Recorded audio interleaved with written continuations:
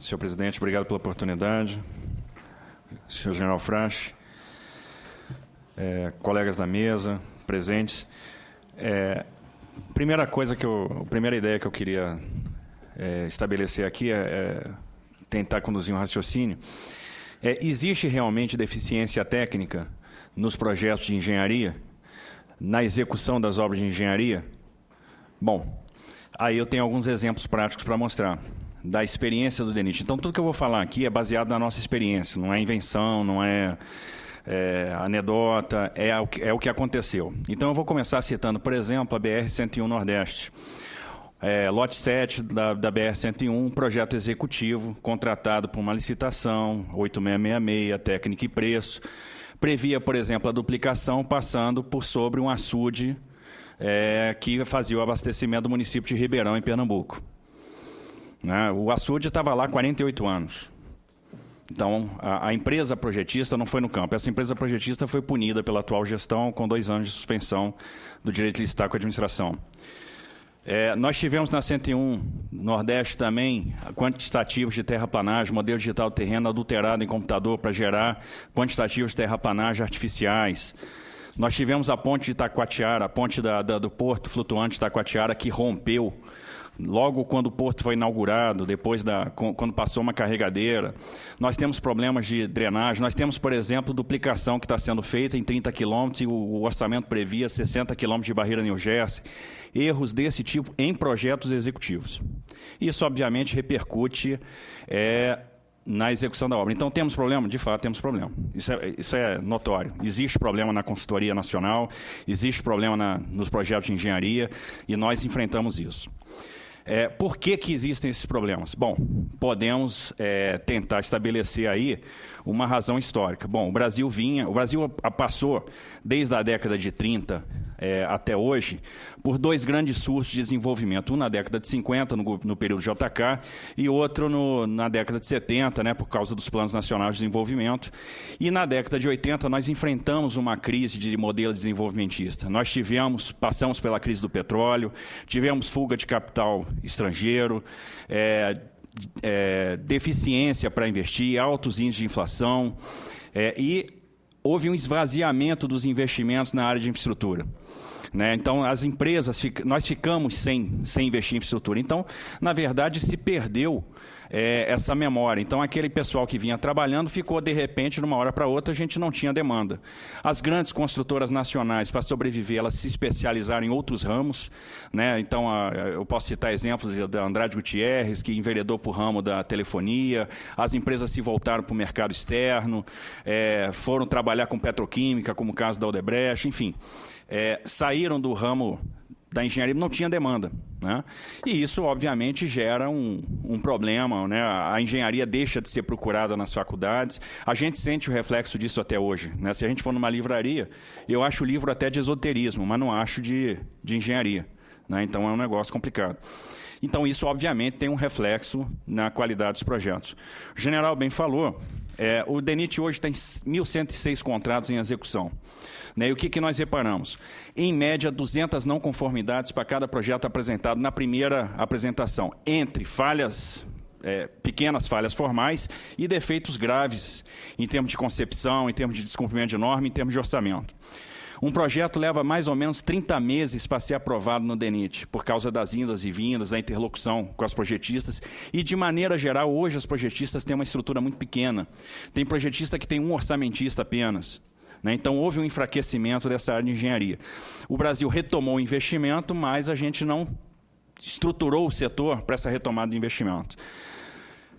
E isso reflete na baixa performance contratual. Quando nós chegamos no DENIT, nós começamos a monitorar as obras por método valor agregado. A gente começou a comparar custo orçado do trabalho agendado, quer dizer, a curva de agregação de valor, a curva S, daquilo que era previsto em projeto, com o custo orçado do trabalho realizado. A curva S com o que tinha sido agregado de valor na obra, em função com os custos da contratação. E o que nós reparamos? Nós reparamos um desvio de agenda. E isso tem tornado as obras públicas caras. Então, o que torna a obra pública cara, eminentemente, é o desvio de agenda. Não é o sobrepreço X lá que o TCU aponta, que normalmente é um sobrepreço que muitas vezes não existe, é questão de ponto de vista, é questão que tem muito a ver com as deficiências dos nossos referenciais de custo, né? Mas o que faz a obra realmente ficar cara é esse desvio de agenda, é esse deslocamento das curvas. Muito bem. Se a gente for fazer um diagnóstico, por que isso acontece? Por que acontece deficiência no projeto e por que ocorre a deficiência na contratação da obra? Podemos estabelecer causas para o problema no projeto e causas para os problemas das obras. No que diz respeito a projeto, eu poderia listar algumas deficiências. Primeiro, a administração não sabe fazer termo de referência, ela não sabe pedir, ela não sabe dizer o que ela quer, ela não estabelece metas, ela não cumpre, ela não cobra da empresa prazos. O que acontecia no DENIT e por que esses projetos demoravam tanto tempo para serem concluídos? A empresa ia lá, apresentava um relatório, o pagamento era por relatório, às vezes ela corria para apresentar o relatório para receber, para materializar a medição, e apresentava o relatório com os mesmos erros da apresentação passada. Então, isso leva o processo fica demorado. Outra causa é equipe de licitação. As equipes de licitação da administração pública, de maneira geral, são equipes despreparadas. A administração pública não olhou para suas áreas de licitação. Porque a área de licitação tem que ser uma coisa sofisticada. A licitação tem que ter profissionais multidisciplinares. A licitação tem que ter, por exemplo, analista de mercado. Quem faz parte de uma equipe de licitação tem que ter, por exemplo, uma valorização, tem que ter uma comissão, porque o nível de exposição é muito alto. Então, a administração pública nunca se preocupou com isso de maneira geral. Né? Eu estou falando no DENIT, imagina, o que eu falo no DENIT, eu posso elevar algumas potências em relação ao que acontece em governos de Estado, em prefeituras, que têm uma estrutura e um corpo técnico muito inferior ao que nós temos. Então, as equipes de licitação, elas não são preparadas para fazer licitação. Eu não tenho, hoje, numa equipe de licitação, na administração pública, por exemplo, um analista de mercado. Alguém que entenda o mercado e possa montar um edital de maneira que eu busque no mercado aquelas empresas que têm aptidão para fazer aquele tipo de serviço. No que diz respeito à contratação da consultoria em particular, a licitação tem que ser repensada, a forma de fazer licitação tem que ser repensada, porque nós deveríamos adotar práticas que já são adotadas, por exemplo, em licitações do Banco Mundial. Eu tenho que escolher a consultoria. Fazer uma licitação normalmente vai trazer consultorias de um nível não tão elevado, sem tanta estrutura, que mergulham nos preços. Né? As maiores consultorias do Brasil hoje, em termos de engenharia, elas não participam de licitação com a administração pública. Então, as melhores projetistas do Brasil hoje não participam de licitações. Elas estão fora das concorrências públicas, porque elas não têm competitividade. Também não tem competitividade. Outro problema que a gente pode listar são os valores pagos às consultorias. Então, hoje se remunera muito mal a consultoria. Se tem aquela ideia, né, de que um projeto, isso aí é dado de literatura, corresponde de 3% a 5% do valor do empreendimento, e o que a gente observa nas nossas contratações de projeto é que nós estamos remunerando 0,5%, 0,6%, 1% do valor do empreendimento, se muito. Então, há um problema de remuneração. Ora, se a consultoria é mal remunerada, ela também não investe em qualidade, não investe em profissionais. E aí nós temos outro problema, baixo nível de utilização das ferramentas de TI. Nós temos ferramentas de TI hoje para projeto muito sofisticadas e que não são usadas, não são utilizadas. A gente não vê, não percebe essas ferramentas sendo utilizadas e chegando, traduzindo isso em qualidade nos nossos projetos. Então, eu tenho o Quantum, que eu faço uma aerofotogrametria, tiro o modelo digital do terreno, georreferencio tudo, tenho uma precisão nos quantitativos enorme. Então, isso não está acontecendo. No que diz respeito à contratação de obra, os problemas são mais ou menos os mesmos. Né? Não sei fazer um termo de referência, não tenho uma equipe de licitação preparada, com especialistas, com analistas de mercado, que olhem o mercado, estratifiquem o mercado. Eu tenho deficiência nos referenciais de custo da administração. Os referenciais de custo que foram eleitos aí como referência, que foram para a LDO, que estão sendo repetidos na LDO há alguns anos e que agora estão no decreto presidencial, o CICR e o SINAP, eles contêm muitas deficiências. E isso, obviamente, a gente não consegue traduzir isso em termos de orçamento. É por isso que hoje algumas licitações fracassam. Eu tenho uma lista de serviços, eu coloco um preço médio para cada serviço. Mas eu não consigo, neste orçamento, traduzir a modelagem da obra, eu não consigo traduzir a logística da obra, eu não consigo traduzir os custos de captação. Então, tem uma série de custos que não estão representados naquele orçamento referencial. Além disso, eu tenho uma série de erros nas composições. E isso é uma coisa que não é percebida, inclusive, pelos trabalhos de auditoria, né, conduzidos pelo Tribunal de Contas, pela Controladoria, etc. É por isso que eu falo, a maioria do sobrepreço apontado, na verdade, não existe. Vou citar o exemplo, usinagem de sei o quê. Né, eu tenho na composição lá o aquecedor. O custo do aquecedor, R$ 4,77 por hora. Ora, R$ 4,77, eu estou falando de 2 litros de óleo diesel por hora. Um aquecedor consome 35 litros de óleo diesel por hora. Então, eu tenho uma defasagem ali. Preço de asfalto, insumo asfáltico, eu tenho uma defasagem. Então, são situações onde o empreiteiro está perdendo dinheiro. Obviamente, se ele perde dinheiro nesse serviço, ele está ganhando em outros. E no Brasil, a gente tem aí a cultura da demonização do lucro, desgraçadamente. Outro problema, supervisão de obra. Nós tínhamos um modelo de supervisão, a gente contrata empresas de supervisão, que era um modelo fracassado, porque a supervisora estava sendo remunerada por um valor integral. Né? Então, ela tinha um valor mensal pela permanência na obra, então ela não tinha comprometimento em dar solução para os problemas que apareciam. Independente da obra andar ou não andar, a consultoria recebia a mesma coisa. Então, o que acontece? A consultoria tem o maior interesse do mundo em fazer com que a obra ande o maior tempo possível do mundo, que na pior das hipóteses, eu estou garantindo o capital de giro dela. Então, nós temos que dar soluções para isso. Outro problema nas obras, legislação de meio ambiente. Hoje há muita interferência de meio ambiente, mesmo após a concessão da licença de instalação. Então, às vezes, nós ficamos com obra paralisada porque, depois da licença de instalação, se exige estudo, por exemplo, para arqueológico em jazidas de material. É uma coisa que pode ser concomitante à obra. Ou a manifestação tinha que ser feita antes da licença, né, da expedição da licença. O que acontece? Nós temos uma lei só que trata do meio ambiente, que é a Lei da Política Nacional do Meio Ambiente, que é de 81, resolução SCONAMA de 86, e a partir daí só normativos infralegais. Então, falta legislação para disciplinar essa área do meio ambiente. Então, tem interferência do meio ambiente, mesmo depois da licença de instalação. E a concessão da licença virou uma odisseia, porque as questões custo-benefício, as questões relacionadas à economia do meio ambiente são desconsideradas. Então, o licenciamento hoje tem um caráter muito mais ideológico do que técnico. É isso que tem acontecido.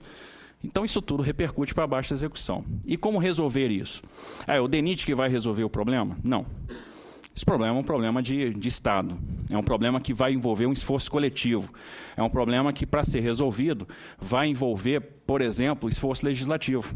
Questão do meio ambiente, eu acho que se resolve com esforço legislativo. Questão de contratação se resolve com esforço legislativo. E aí eu queria aproveitar essa oportunidade para dizer o seguinte: o RDC, ele resolve muitos desses problemas que foram colocados. Eu tenho acompanhado os debates do RDC aqui no Congresso, né, por causa da medida provisória 630, né, e que passou na Câmara e hoje está sendo discutida no Senado. Então, acho oportuno fazer esse comentário, porque o RDC é um instrumento fora de série e que não trouxe nada de novo. O RDC, na verdade, traz boas práticas que já estavam positivadas aí no mundo afora. A contratação integrada, a contratação design build, é usada em todo o mundo, é usada nos Estados Unidos, é usada na Europa. Né? É uma maneira moderna de fazer contratação e que resolve boa parte dos problemas que foram aqui falados. Por quê? Muda a questão garantias, né? Então, na Lei 8666, eu tinha 3 formas de ter garantia para uma obra, que é a caução, o seguro garantia ou a fiança bancária, limitada a 5% do valor do empreendimento, 10% do valor do empreendimento, se o empreendimento for considerado de grande porte. Com o RDC, eu posso usar seguros que são usuais no mercado. Então, o DENIT hoje está trabalhando com seguro civil de responsabilidade civil cruzada, está trabalhando com seguro risco de engenharia, está trabalhando com seguro garantia de 30%. Ora, o seguro de 5% não cobria sequer a multa contratual por um descumprimento do contrato. E os contratos de seguros, apólices que estão chegando no DENIT, e o DENIT é o segurado, estão vindo com cláusulas do tipo: a seguradora assume a obra no caso de fracasso da construtora. Isso é um avanço. Outra, a seguradora fiscaliza a obra. Então, além da fiscalização da administração, além da empresa de supervisão, eu estou colocando o banco para fiscalizar a obra. Então, isso é uma revolução. Isso é uma mudança grande. Eu passo a ter um novo player fiscalizando a obra. E o próprio mercado segurador, no futuro, vai fazer a seleção das empresas. Porque a empresa que não performa, ela não vai conseguir a pólice. O prêmio dela vai lá para cima. Então, isso é um avanço. Outra coisa, a possibilidade de eu fazer a contratação integrada, contratar com anteprojeto. E aí o pessoal diz: não, mas então nós vamos perder qualidade no projeto? Não entendo dessa forma, porque, na verdade, se criou um monstro, né, no que diz respeito a conceitos de projeto básico, projeto executivo, e tem se falado, na minha opinião, muita bobagem com relação a isso. O que é o anteprojeto de engenharia? É preciso a gente saber o que é o anteprojeto. Se eu pegar as normas do DENIT, as normas mais antigas, eu vou ver que antigamente se falava em estudos preliminares, anteprojeto e projeto. Se eu pegar as normas de hoje, se fala em fase de projeto básico e fase de projeto executivo. Se eu pegar os estudos, as instruções de serviço que compõem um anteprojeto e as instruções de serviço que compõem o projeto básico, a gente vai ver que são as mesmas. Ou seja, o projeto básico é o anteprojeto, né? Então, eu não tenho perda de qualidade. Então, esse é um ponto importante. Nas contratações, uma coisa importante também, quando eu faço a contratação com o anteprojeto, eu estou passando a responsabilidade para o construtor. O construtor vai terminar o projeto da obra. Onde é que eu ganho com isso? Revisão de projeto em fase de obra. Eu deixo de ter essa fase de revisão de projeto em fase de obra. E isso vai representar o quê? Compressão de cronograma. E aí a compressão de cronograma vai tornar as obras melhores e mais baratas, né? Porque tem uma relação direta com o custo. Nos Estados Unidos, esse tipo de contratação representou uma diminuição de cronograma da ordem de 14%. Né? Então, é uma maneira bastante eficaz de fazer a contratação. Outra coisa, a gente hoje consegue trabalhar no regime do RDC com um orçamento em cima de uma curva de distribuição de probabilidade. Então, a gente não trabalha mais com orçamento determinístico. No DENIT, a gente estabelece uma curva de distribuição de probabilidade por orçamento e, dentro dessa curva de distribuição de probabilidade, eu determino o intervalo de confiança com que eu vou trabalhar. E esse intervalo de confiança é que me dá o orçamento da obra. Ou seja, eu estou compartilhando o risco com o privado, remunerando o risco com o privado. E quebrando, subvertendo um pouco aquela lógica perversa que existia do BDI tabelado, que tentou ser imposto, então, à administração. A gente quebra um pouco esse paradigma com essa questão. Então, existe uma série de medidas que têm que ser tomadas. A principal, na minha opinião, capacitação dos servidores públicos. E aí é preciso que isso, dentro de uma política de Estado, né, é preciso que haja valorização dessas carreiras de infraestrutura, que precisam ser reposicionadas no Executivo. Se a gente pegar o nosso mapeamento estratégico, pegar as nossas funções estratégicas e pegar as nossas competências para ocupar aquelas funções estratégicas, a gente vai ver que nós temos lacunas de competência. Nós não temos profissionais para ocupar aquelas funções estratégicas, por causa da evasão, por causa do salário que não é atrativo. Então, hoje, o cara do controle ganha mais do que o engenheiro que está fazendo. Fora isso, o gestor tem que se sentir à vontade para criar. Hoje o gestor trabalha com medo. O gestor trabalha com medo do Ministério Público, trabalha com medo do TCU. Então, existe uma série de questões que não são isoladas, todas se interligam para resolver o problema da qualidade de projeto e de obra. Então, passa por uma ampla reforma, né, uma reforma profunda institucional, onde eu tenho que criar garantia para o gestor tem que trabalhar com mais tranquilidade, ele precisa, se possível, até ter um seguro, precisa passar por uma série de...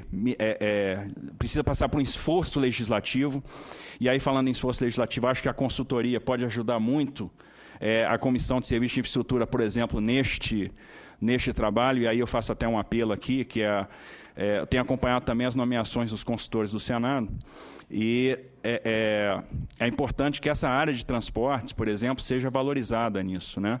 E aí é preciso um padrinho. É preciso um padrinho, porque senão a gente vai ter nomeações de consultores de outras áreas em detrimento dessa área que é importante, e aí isso pode comprometer essa agenda legislativa. Passa pelo emprego de TI, passa pela capacitação dos servidores, para que eles possam, inclusive, aplicar as penalidades. Os servidores não sabiam aplicar penalidade em empresa.